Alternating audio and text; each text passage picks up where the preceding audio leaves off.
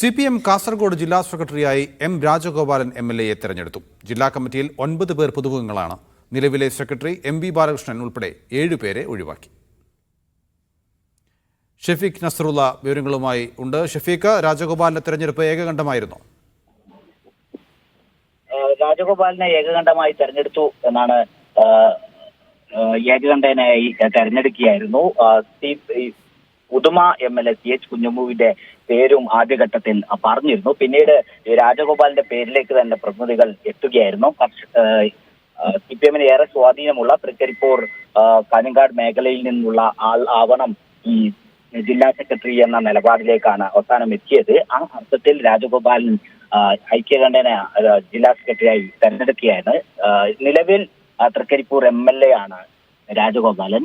പ്രായപരിധി കാരണം ജില്ലാ സെക്രട്ടറി MB ബാലകൃഷ്ണൻ മാറിയതിനു ശേഷം പുതുമുഖം വരും എന്ന് നേരത്തെ തന്നെ സൂചനയുണ്ടായിരുന്നു. അതിന്റെ അടിസ്ഥാനത്തിൽ രാജഗോപാലിന്റെയും അതോടൊപ്പം തന്നെ പുതുമ MLA ആയ CH കുഞ്ഞമ്പുവിന്റെയും പേരാണ് ആദ്യഘട്ടത്തിൽ ഉയർന്നു കേട്ടിരുന്നത്. പിന്നീട് പ്രതിനിധികൾ പൂർണ്ണമായും രാജഗോപാലിന്റെ പേരിലേക്ക് എത്തുകയായിരുന്നു എന്നാണ് നമുക്ക് മനസ്സിലാവുന്നത്.